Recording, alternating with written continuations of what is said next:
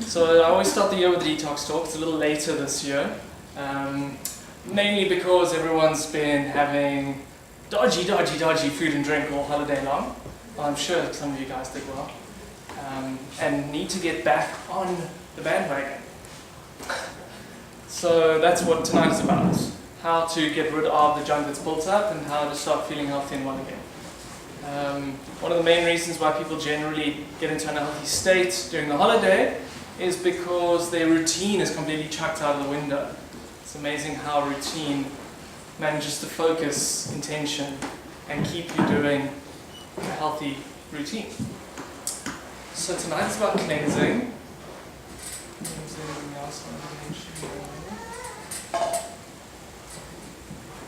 Cleansing and detoxification. Who's never been to one of our talks before? 1, 2, 3, 4, 5. Okay, quite a few. Awesome. I'm not going to start with food, although some people think I am. I'm going to start with a whole different approach to cleansing.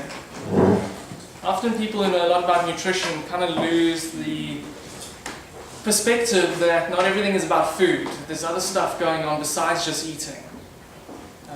So that's what I'm going to start with this evening. I've got a lot to get through, so my little machine will work. There we go. We'll start with Professor Arnold Ehret. He said disease symptoms are the effort of the body to eliminate waste, mucus and toxemia. The system assists nature in the most perfect and natural way. Not the dis-ease, but the body is to be healed.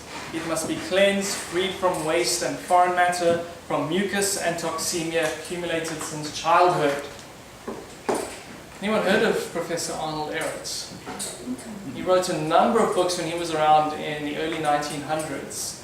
One of them called The Mucusless Diet Healing System, which I recently read. Amazing.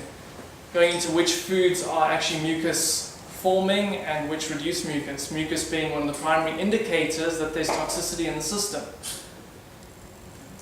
Who else do I have here? Dr. Norman Walker, inventor of juicing, says that infirmity and sickness at any age is a direct result of loading up the body with food which contains no vitality and at the same time allowing the intestines to remain loaded with waste matter. So we're going to get into that whole waste matter story in a little while. Two more. Think not that it is sufficient that the angel of water embrace you outward only. I tell you truly, the uncleanliness within is greater by much than the uncleanliness without. And he who cleanses himself without, but within remains unclean, is like to tombs that outwards are painted fair, but are within full of all manner of horrible uncleanlinesses and abominations. Sounded like a preacher. It was from the Unseen Gospel of Peace, apparently Jesus' words. So this is saying that, you can look clean outside, but what's happening inside? Because inside is actually where it counts. Because if you're dirty inside, it's going to come out in all sorts of ways. Just go to the gym and you pick it up quite quickly, how it comes out. Had that before? It's one of the most amazing differences I found changing to a raw food diet. Is my body odor completely changed. Like within about 3 to 4 months. Quite amazing. And then lastly, William Blake has this to say: if the doors of perception were cleansed, everything would appear to man as it is, infinite. I don't know if William Blake was thinking about colon cleansing when he wrote this, but it's amazing when your bowels are clear, perception does change. Most people aren't aware that you have more neurotransmitters in your digestive system than you have in your brain. So there's actually more thinking happening in the gut than there is in the head. Isn't there that thing that says a way to a man's heart, or something like that? Must have something to do with that. So let's get going. How are we poisoned? Because obviously if we want to cleanse, there's some kind of poisoning that must have happened. There's something we want to clean out. So we're poisoned by a number of ways. Firstly, by what we see. What do we see that could poison us? We'll start with a big one. The most obvious one. People look at this thing all day long sometimes. TV. The television. So I haven't had a TV in about 12 years now. I really don't miss it. I couldn't imagine how I could fit TV into my life, because I have no time for it. Besides anything else. I mean, movies, sure, but not TV. So, ever notice that what they show on TV are programs? Anyone notice that before? It's these obvious that just go right over most people's heads. So a program is doing what to you? Programming. Yes, it's programming you. And our subconscious mind is this enormously powerful, slightly dim giant. It learns by repetition. So you watch something over and like the news, you watch that over and over again. You're going to get programmed by happy thoughts or not so happy thoughts. Exactly, that's why I don't watch the news, because most of it's made up anyway. That could be a whole talk by itself. Let's not go there. So what else do we have? Anything else that we see that could poison us? Advertising is often one. Like I often have guys tell me, oh no, they have free will, they can choose what they want to eat. I'm like, really? How do you figure that? Like, well, I can choose. I'm like, no. Your choice is a program. It's just a looping, running program. That's what choice is for most people. Because as William Blake said, the doors of perception aren't clear. So we don't see the world as it is, we see the world as we're programmed to see it. That's how most humans function. It's kind of the only way to function within society, but that's for another talk. So what happens when you constantly hear or see that sugar is good for you, what do you eventually believe? Sugar is good for you. Exactly. So the battle really is with the programming, not with the food itself. Because if there was no programming and you tasted white refined sugar, you'd be like, this is disgusting, why do I want to eat this? But the programming that comes with it is the difficult part to deal with. So let's move along. What else have we got? We are poisoned by what we think and feel. Well, that's pretty heavy. So I think this kind of leads on from the first one, is that there's a lot of negative thinking and negative emotions that repeat, that we've taken on, again, mostly from programming. There's a statistic I once heard in a course I went to, which said that the average child has got something like, I'm trying to remember the exact number now, like 1,000 negative thoughts to one positive. Or not thoughts, but inputs, negative inputs to one positive. So in the life of a child, in going to school, watching TV, having parents who are busy, interacting with each other, normally not on a pleasant level, they're getting bombarded by negativity all the time. And so this is what forms our negative sack, our baggage rucksack that everyone carries, often proudly for some reason. We all have it. We chuck all the negativity, especially as a child.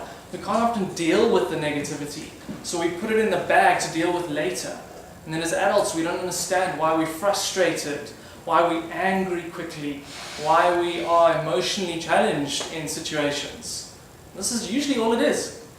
And so there are really good therapies and courses and workshops and all sorts of stuff you can go to that actually unpacks this bag.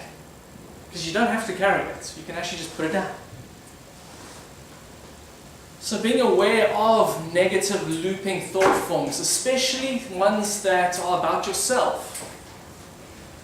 Gail, can you close these doors for me, please? They're kind of going bang. You'd be amazed.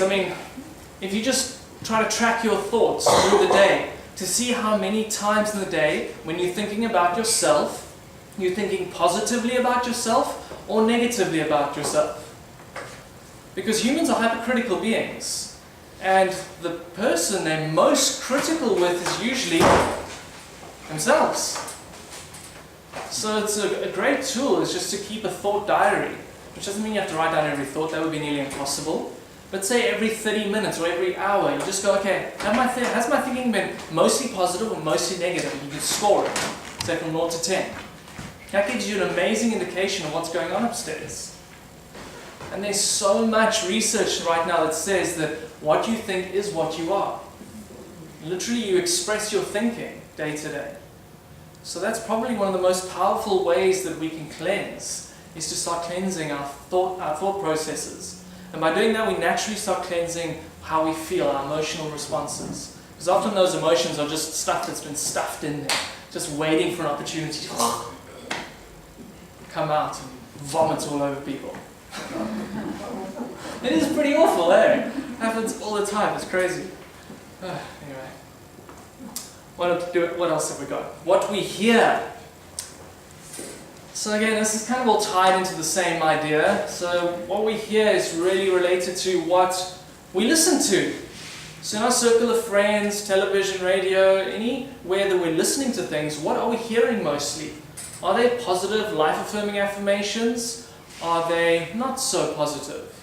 Next time you're at a braai or at a get-together with friends, just kind of every 30 minutes clock in. Has the conversation been positive or negative? Simple question. You may be quite amazed. I know that often when I'm invited out, it doesn't happen that often anymore. Mainly because I eat weird. No, I mean, I'm joking. I've got friends who are quite happy with the way I eat. I just listen and I'm like, wow, are they really talking about that? Seriously. I mean, you don't say to someone like, you're wasting your time talking about that, but just don't partake or don't even listen. Just go away. And it's amazing, especially if you're on a slightly different diet, people always have something to say to you about that. Oh, but you shouldn't be, oh, and you should, and I'm like, really? Where did you learn about nutrition? And they actually learned about it from the side of cereal boxes and TV advertising, not the most credible sources. So one of the primary ways we are cyclically bound to negativity, and I use those words specifically, is through the heinous art of gossip. Yeah, it's probably one of the most nefarious acts of black magic that humans commit on a consistent basis. I use those words specifically. Gossip. What I mean by that is talking badly about someone when they're not present. It's quite a simple thing, and yet it's amazing how many people do it. If you've got something to say to someone, just at least allow them to be there to defend themselves. If they should be. Because, you know, then you get the broken telephone story. Oh, I heard that, and like, when the story actually gets back to the person, they're like, what? That's ridiculous. Or if you've got something negative to say about them, saying it in their space, they could just have one line that completely dissolves the whole situation, resolves any negativity. Just a miscommunication somewhere along the line. It's amazing. So many people hold grudges simply because they have a perception that someone said something or did something that actually never occurred. It's just a misperception, a miscommunication. So one of the most powerful techniques you can use to detoxify your mental and emotional system is clear communication. Just clarity. I mean, a great thing to do is actually just to make a list. Who do I know who has an issue with me or I have an issue with? Just write them down. And so like, so why is there an issue here? I mean, look, sometimes there's a valid reason. And if you decide not to be around that person, sure. But just questioning it can often just go, okay, maybe it's not actually such a big issue. How long do I have to hold that negativity in me? Because you just choose to hold it. This could be another whole evening's talk, but I'm going to move right along. So that's gossip, what we hear. Next time you hear it, notice it. Notice the drama in it. And to be fair, I mean, it is programmed. Because one of the things that people watch most on TV is reality soap opera, drama-esque things. It's just the program of, oh, this one did this, and that one did, and do you know what the, and the, wow, it's a bit tedious. And then what's amazing is people watch this all the time, and they start creating this in their own lives. They start wondering why there's so much drama in their lives. And they're like, well, it's because you've programmed your subconscious mind that that's what life is about. It's not. It's just a program again.